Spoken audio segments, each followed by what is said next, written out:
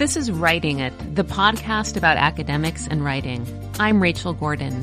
Here we aim to make the process of writing and publishing a bit more transparent and a bit less overwhelming.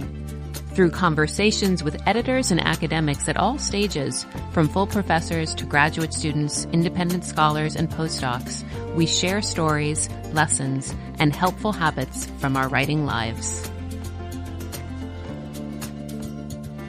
If you're enjoying Writing It, we hope that you'll leave us a positive review and share us with your friends.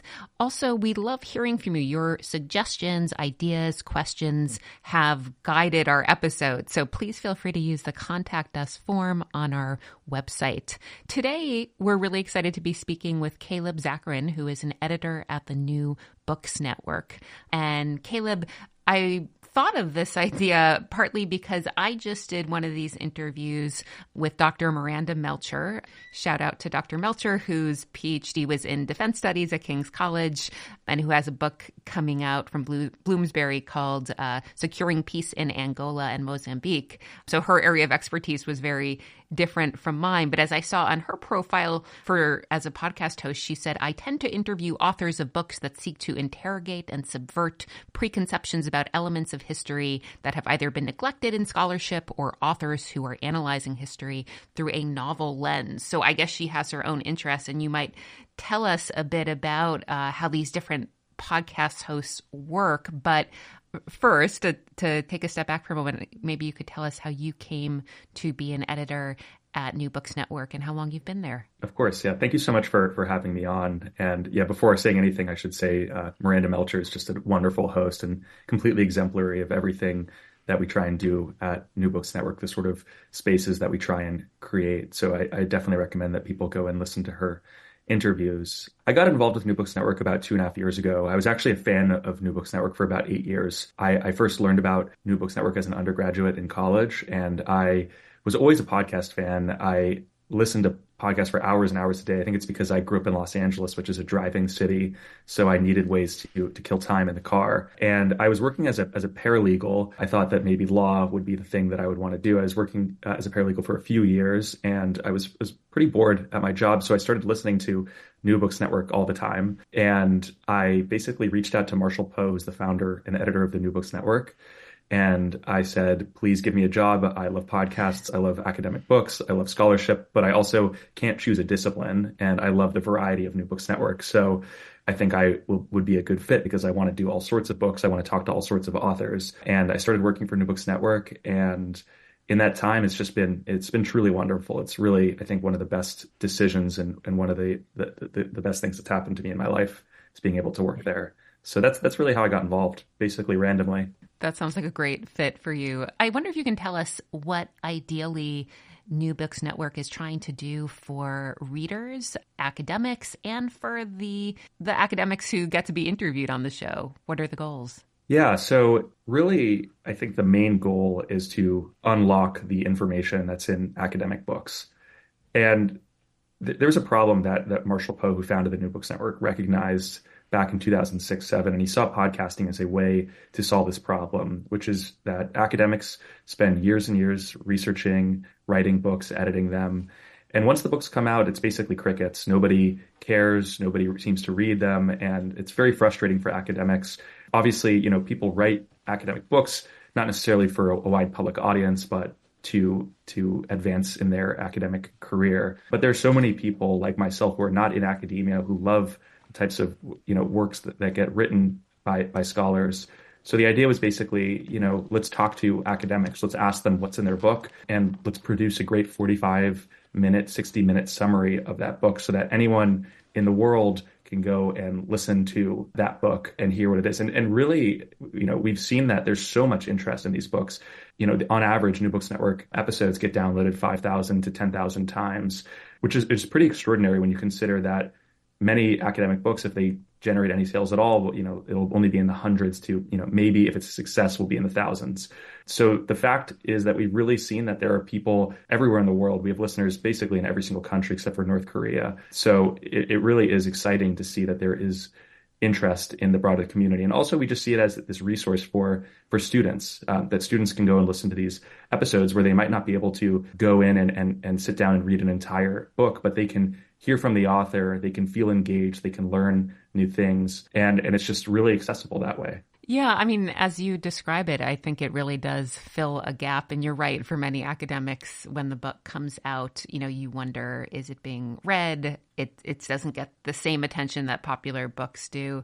Do you hear from listeners? And I'm also curious, you mentioned that students listen to these, and you were an example of that. I'm surprised. How do you know that that's the case? I mean, we get honestly messages all the time. Every single day, we get multiple emails from people, oftentimes saying we love the New Books Network, and then saying, oh, and there's a typo here, please fix. That's usually how the thank you letters come in.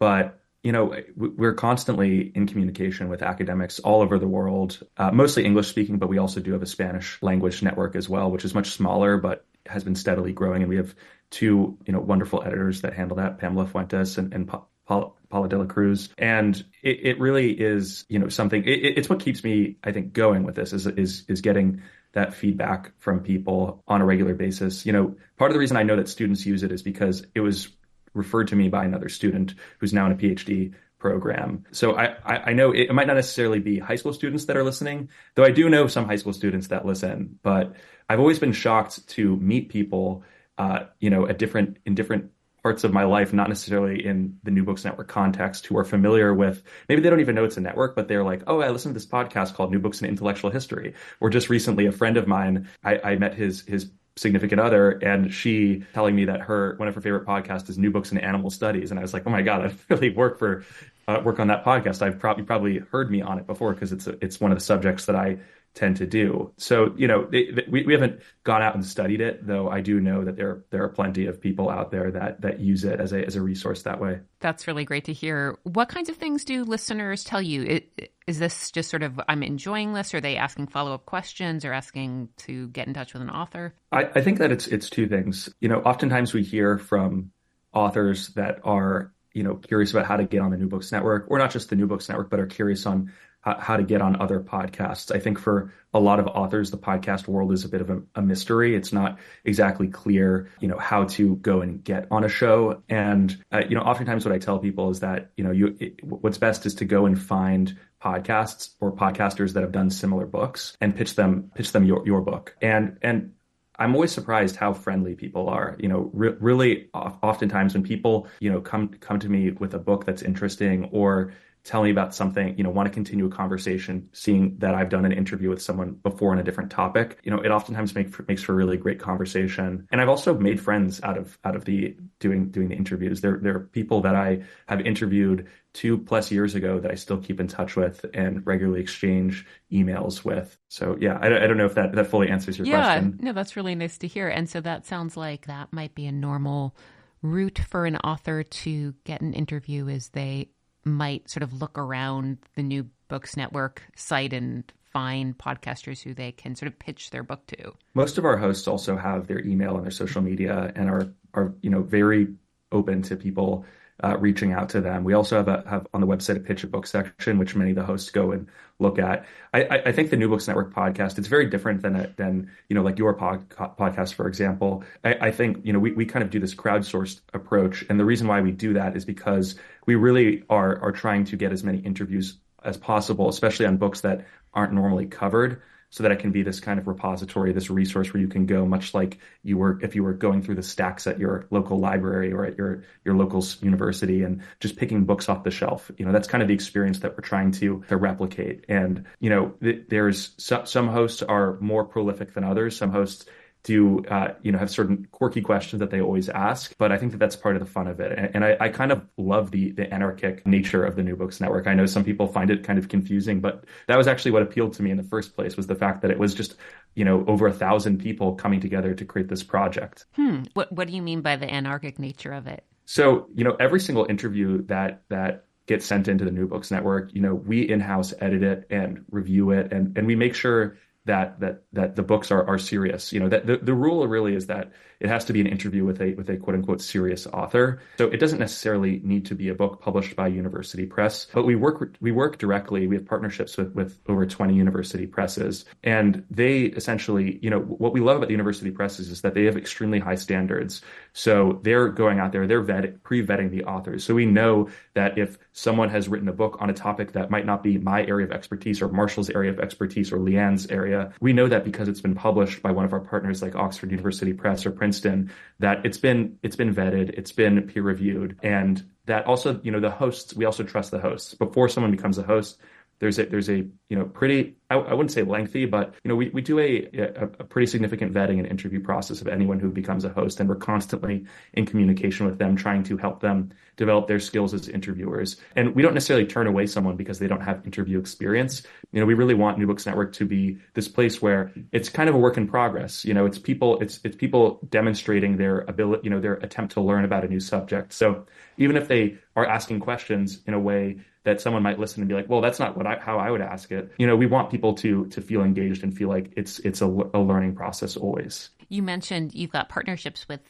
academic presses. What are they giving you a list of new books in certain areas? So yeah, the main way that the partnerships work is basically, we naturally cover plenty, we do about 10 books a day. So on any given day, we probably produce one Oxford University Press interview. And it's just because they produce so many books. And every time we cover one of these interviews, what we do is we put it into a designated Oxford University Press feed. And then Oxford University Press goes and they use that interview as essentially a way to, either on social media or on their own website to essentially promote the book as a form of advertisement, but it's a much more in-depth form because you can go and actually listen to that interview. So, we're basically their podcast solution. A lot of presses tried to produce podcasts in-house, but I think the New Books Network approach is a little, there's some great in-house I don't want to say that it's not a good approach, because there's some great university presses that do their own in-house podcasts that really are high quality. But the interviews that we produce, the hosts are reaching out to the authors because it's something that is important to them. It's a topic that's important to them. So there's some hosts that they do topics that I didn't even know existed. Things that are so niche, so particular. So and oftentimes these are authors, this is the only interview that's going to exist on the internet with this particular author. So, we try not to, our goal isn't to go out there and interview famous authors. We're happy to have famous authors on the New Books Network, and there have been plenty of them. But really, as we see it, the major service that we provide is this is an interview that you can find with an author on a book, on a topic, and it will be the only interview that exists on that topic with that author. And I think that's like what we're most proud of, is that we can do that. And there's thousands of interviews like that kind of fit that bill in the New Books Network archive. So, the nature of our relationship with the university press is always evolving. We have different levels of relationships with different presses, but and we also try and we understand that not all presses are Oxford and Princeton and have the resources. So we really also try and work with smaller presses too that might not have the same resources that the larger presses do. And we really do try and cover those, pitch to our hosts to try and get them to cover books that might not necessarily be covered, because there's so many great works that fly under the radar, and really those authors should get a spotlight too, I think. That is a really great and unique goals, sort of agenda you have there. Oh, so I didn't realize that. And I guess that means, for instance, I recorded my conversation with Miranda, and since mine was an Oxford book, you're saying it's likely that, for instance, she shared that with Oxford and they might use that if they want to. Yeah. So, whatever the topic of your book is, it will, what we do, I think the sort of the magic of the New Books Network is most people don't know it's a network, I think most people, like when I actually first encountered New Books Network, I didn't know for about a year. I heard, the jingle at the opening saying, welcome to the New Books Network, but I didn't actually, understand that there was hundreds of channels. I was only subscribed to a few channels. I subscribed to New Books in Intellectual History and New Books in Philosophy. So the books that were of that of those subject matters would go on those feeds, and I would go and listen to them. But I think the magic of the way that we do things is when someone covers a book that kind of hits multiple topics, maybe it hits history, it hits American studies, it also hits new books and music. We put that episode on those different channels. And if it's an Oxford book, then it will also go on the Oxford podcast. So anyone subscribed to that would see it. So the people that work at Oxford, they're subscribed to the Oxford channel, and that's how they get it. So when they open their podcast app, they say, oh, look, it's a new Oxford University Press episode produced by the New Books Network. Someone in New Books and Music or New Books in philosophy might also get that Oxford University Press interview, but they don't necessarily know that it's also going onto these other streams. So it's a kind of way that people can tailor their own experience, because obviously it's impossible for someone to listen to every single episode, and they might be interested in only a very narrow subsection of what's actually on the network. Thanks for mentioning that network quality. That is a real benefit. So you're saying that, I guess, for instance, most, if not all of the podcasts that Miranda Melcher records don't just go into general history and intellectual history. I mean, I'm just looking at, for instance, again, the one I did with her, and you're right, I see she's got it in literary studies, American studies, religion, that those are all relevant. And then, as you mentioned, the In Conversation and Oxford University Press podcast. So that's great. It's reaching people through all these different channels. That's the hope. And, we really try and mirror it off of, like the course catalog, for example, that you might see, where, when you're a student and you open up the course catalog, you see all these great classes. You can obviously only take 3 or 4 or maybe 5 if you're pushing it, courses a semester. But, you'll see courses get cross-listed. So this is essentially our form of cross-listing. We do cross-posting. Right. And, you talked about hearing from listeners. I wonder, do you hear from your interviewees at all about what it has done for them or how it's been helpful or just their thoughts on the podcast? Yeah, I like I said, I stay in touch with a lot of people that I interview, and I think a lot of them, will have people that maybe they knew. Our audience is so much of a academic student audience. Like we did a study, and actually more than 50% of our listenership has either a PhD or a JD or some sort of advanced degree. So a lot of people, either they were in school in academia and left. And they use New Books Network as a way to kind of just keep up with the subject that they're interested in. And I've heard from a lot of people actually that because of the New Books Network interview that they did, people from their past had reached out to them and say, I heard you on New Books Network. It's great to see that you're writing and, that you're still working on this subject, or it's great to see that you got your book published by a great press. So, we definitely, get a lot of feedback from people that get interviewed, and also a lot of great constructive feedback too of ways that we could improve the format, ways that we can improve the audio and things like that. And it's obviously difficult because there's so many hosts to standardize the audio, but we're constantly looking for different solutions to improve audio, to make things sound better, to go in and find more and better efficient ways to edit the conversations. And I think we, no matter what the feedback is, we always appreciate people reaching out and telling us what they like, what they don't like. And we really try and take it in stride and just develop things to people's liking. So we want to be that valuable resource that is dynamic. Yes. And you said earlier that with the interviewers, you or the New Books Network is maybe helping them become better interviewees. Is there some kind of feedback happening, or how are you helping these podcasting hosts?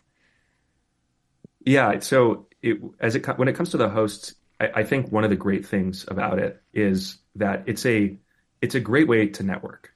I think that a lot of people have obviously it's called New Books Network, but it really is a great way to network. And what I mean by that is especially if someone is an early stage scholar, it's such an incredible way to get on the radar of someone that you have benefited from their work. And it's a great way it's a kind of a great way of doing someone a favor, because when you go and you interview someone, you're giving them a chance to share their ideas with a new audience. And I think especially the way in which we tell people to conduct the interviews, we really make it about the guest as much as possible. We don't really, we tell the host, like, it's not about you having an agenda to try and get an answer out of them. It's really about giving the author a platform to summarize their book in the way that they want to summarize it.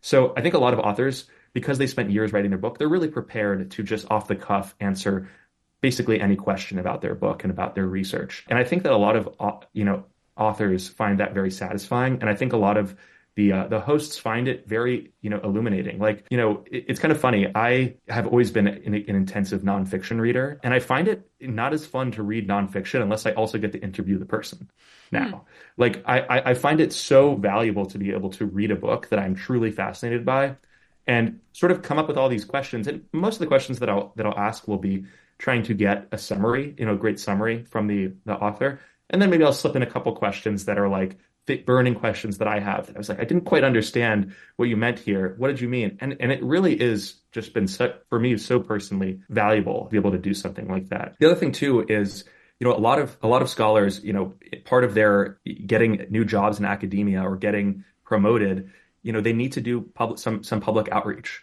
And this is a great way to do public outreach. I'm sure that you also have this experience too, that it's a great way of engaging in with the community. And it's something that, when you're up for promotion or when you're looking for a new job, that you can go and tout. And, about once every 2 weeks, a host will come to us and say, I'm up for tenure, I'm up for promotion at my job, or I'm looking for this new job. I would love a report. And we'll go and we'll write up a report of all of their downloads, how their episodes have done in the past. And, more than not, they're usually very happy to see how many people were listening to their episodes. So I think that's some of the benefits that comes out of it and some of the feedback that we get from both the authors and hosts. It does seem like a wonderful way to engage with other scholars, as you mentioned, to build the one's own network of academic colleagues. And in terms of getting better at the skill of interviewing or podcasting, is NBN able to provide some kind of feedback or listen to some of these interviews and give some comments? Yeah, we do that all the time, actually. But before, because we go and we edit everything. So before we edit it, we tell the hosts, go back, listen to your interview, send us edit notes first so that we know specifically what to go out and remove. I think also a lot of it for us is just being patient with the interviewers, because I think that, even with my experience, I was pretty shaky, pretty nervous for the first 4 or 5 interviews I did. And maybe this is embarrassing to say, but I feel like it wasn't until interview 50 that I really felt like I kind of had it down, exactly how to do it, exactly how to prepare for it, exactly how to have a little bit of chit chat before the call, before the interview starts, and then how to have good chit chat afterwards. I think that there are all these aspects of doing an interview that it's hard to teach it exactly. We do have guidelines. When someone becomes a host, we basically send them here's how to do the interview list, and that includes, advice on how to craft the questions, how to go through and take your edit notes, how to set up the recording, what sort of audio setup works best. But I think a lot of it is really just, allowing for that open line of communication and also being patient and allowing people to grow and develop over time. Not everyone is like Miranda Melcher on the first go. Yeah. I'm curious, Caleb, if you're able to answer, there's 2 questions we ask most guests, and one is about something that folks wish they had known earlier in their academic career about writing or publishing. This might be different for you, but maybe your perspective from New Books Network gives you some idea about what would be helpful to scholars to know. Absolutely. It's still quite early in my career, so I'm sure that I still have a lot to learn.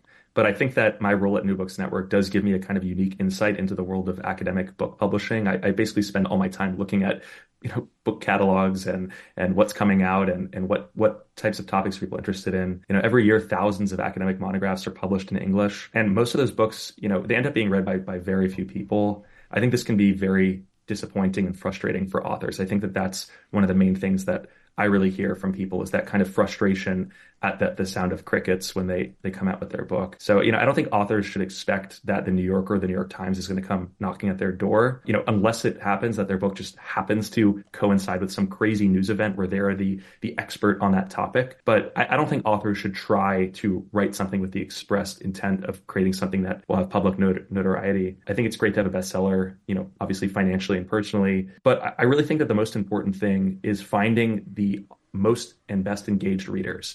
Because I think that if you can find your few great readers, that are really going to give you great feedback, then it will help someone develop so much more as a scholar. For any given topic, no matter how niche, I think there are thousands of readers inside and I think really crucially outside the academy. I think that's one of the things that we see is there's so many people that are not in academia that love this material, and this is a way for them to get access to it. So, I really would say that I think authors, if they want to find these readers, they need to go out and find these communities of interest instead of just waiting for them to come around and find them. That's actually excellent advice, and I really appreciate that insight. I'm surprised that someone you are sort of in the academic world in a way. It just, you're not whatever teaching somewhere. I'm looking on, I'm on the edge, and I'm just looking in, I think. Yeah, but I think you're so right. This is really common, this kind of disappointment or sort of surprise when the book comes out and there's not more of a buzz. It's helpful to have you remind us this is common. So if you're experiencing this is like the common academic experience, as we've heard from guests on this podcast, unless there's something sort of timely or relevant, newsworthy, or if you've published with this minority of top university presses that really, send their books out to, as you mentioned, the New Yorker or the Washington Post, that's rare, actually, that academic presses do that. So it's unusual, and what you're describing is much more common. And also what you said about being more active about finding your communities. I think you're 100% right that most academics are kind of waiting for that. And if they're interested in engaging with an audience, you actually have to do something often to try to find them. I wanted to ask you on that topic of kind of actively engaging, your view on what makes for a good interview or interviewee, what the academic can do, whether she's going to be on NBN or just hopefully doing some of these conversations in general. What do you notice makes for a good interviewee? I think a good interviewee is someone who recognizes that the way in which they share their ideas might be slightly different than how they've written their ideas. So I think that people oftentimes say, oh, academics, their writing is so complex, it's hard to parse what they're trying to say. And I think that people aren't necessarily understanding like the level of technicality that is required to write about certain topics. So I think that I don't think academics should necessarily change how they write. I think academics, should keep writing the way that they write. They won't find, it will mean that not everyone's necessarily going to be interested in what they have to say. But I think that for the most part, it's fine. I do think that when it comes to speaking and sharing ideas and lecturing, sometimes it's good to use metaphors and analogies and things that you might not necessarily use in writing, but that to an audience will really engage them much more. And it's not necessarily, I would say, like, quote unquote, dumbing it down, but I think it's just making it more engaging. And, there's this lecture on YouTube by George Steiner, the literary critic. It's called, I think, The History of Literacy, or if you type in George Steiner and the History of Literacy, you could find it on YouTube. And it really is like one of the most spectacular lectures ever. George Steiner is a bit of a god. So, very few people would be able to approach his skill at lecturing. But I think like that, that lecture is a perfect example of, the good academic is sometimes there's like 10% of stand-up comedian that I think, that is, I think, required to really make something engaging. But yeah, I think that's what I would say is like, it's not necessarily the same as writing, but it's about engaging in it on a sort of a different level. You're right. It does feel like a separate skill. Some academics probably are not super interested in it, and it's a choice, as I think you're implying. If you want to do this, it's something to work on. It's totally fine to speak to just your people too. I think that there's no problem with that as well. But if to kind of try and grab hold of someone or interest someone that might not necessarily know exactly what all the specific, because academics constantly are using shorthands to like, I really love economic history, and if someone just says like, oh, it's the Bretton Woods thing, and they just move right past it, no people outside of that discipline will be like, what are you talking about? So I think it's good to sometimes explain things, and it's like being a high school teacher, basically. I think you got to think about it that way. It's like you're talking to a smart senior in high school. Yeah. On that topic, do you find that the good interviews or conversations have some more humor than maybe the books themselves do? I think a little bit of humor can be great. I think obviously, a lot of the topics that we cover can be very serious. So I think that if the topic is a pretty serious topic, then humor might not be the right thing to do. I think, bringing a sense of gravity to a serious topic can be very important. I think that, if something is not as serious or not serious, not maybe involving death, or for example, like if someone was appearing on the New Books and Genocide Studies channel, I would really not want them to be humorous on it. I think that it would be in poor taste. But I do think a little bit of humor for other topics can be great. If you're doing a book on math, making it funny and using funny examples can be really engaging. I think, telling stories too, making it personal. I always love to ask the question, like, what was that experience when you were in the archive, or you were reading a book where you were like, it clicked for you? Like when, that was the moment where you knew you had the whole vision of the book in front of you. You just had to write it. Like, I always like those sorts of stories because I think that people can really identify with them. And when there's a kind of personal or human element that might not be present in the book, but a personal or human element in the discussion of it on a podcast, I think that people will really do connect with it more. If listeners are wondering how they might become an interviewer or thinking about this, what's your advice in terms of thinking, is this something that I could take on, both in terms of the time commitment and what kind of skills or talents it might call on? I mean, we're always looking for new interviewers for the New Books Network. And I think that the great thing about being an interviewer for the New Books Network is there's you can take a break for 6 months and not have to do it. I know plenty of people that do their own podcasts, which I think is a great thing to do. The only issue is if you do your own podcast, then you do have to be pretty organized when it comes to having episodes coming out at regular intervals. So, that is one thing I would say is like, I think people think podcasting is easy, but it's not. It actually is very time consuming. You have to find the right guest. You have to prepare. You have to edit it. You have to promote it. It quickly becomes a full-time job. So I think that, if someone is interested in interviewing and meeting people, but they don't want to necessarily take on all those other responsibilities and time commitments, then, something like the New Books Network is a potentially good solution.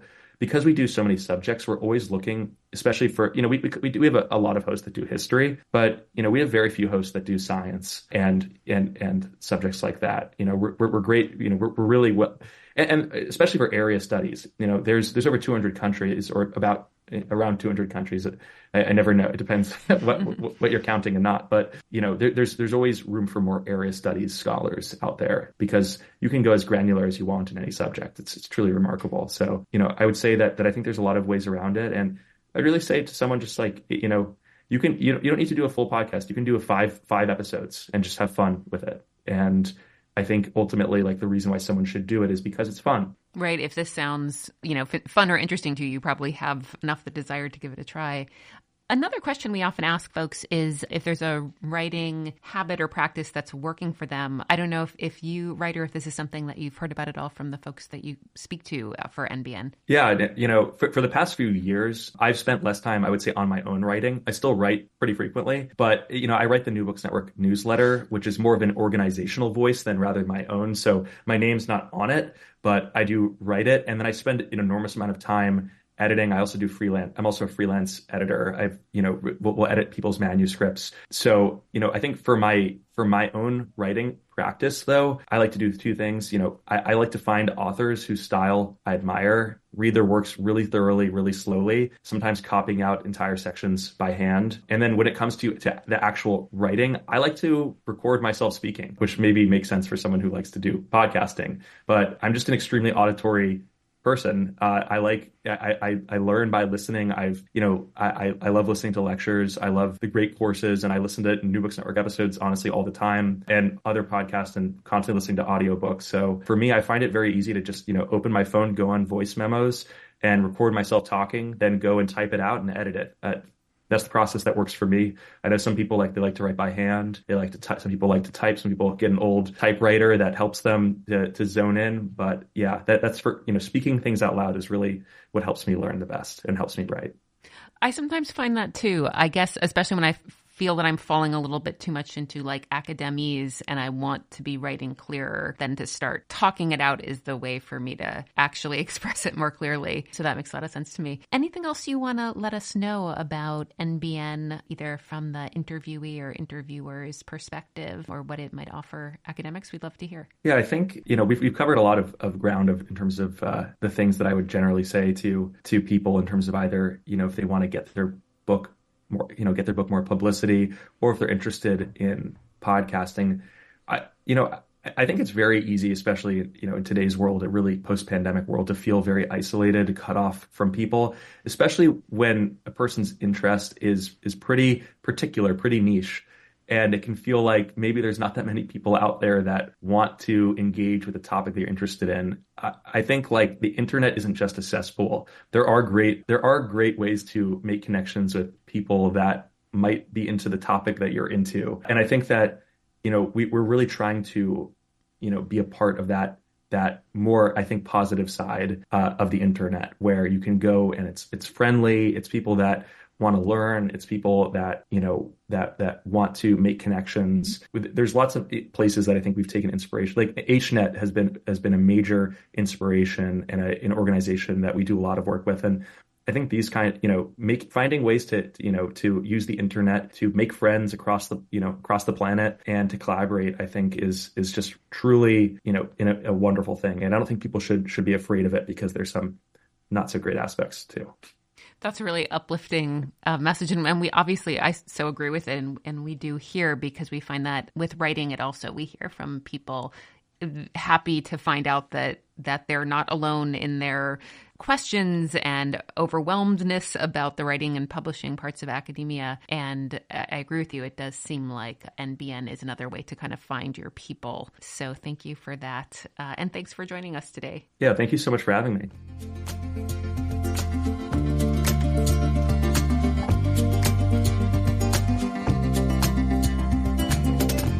Thanks for listening to Writing It, the podcast about academics and writing, sponsored by the Center for Jewish Studies at the University of Florida.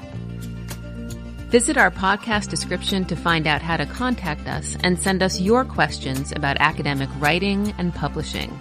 Follow us on social media at Writing It Pod and subscribe to us so you never miss an episode.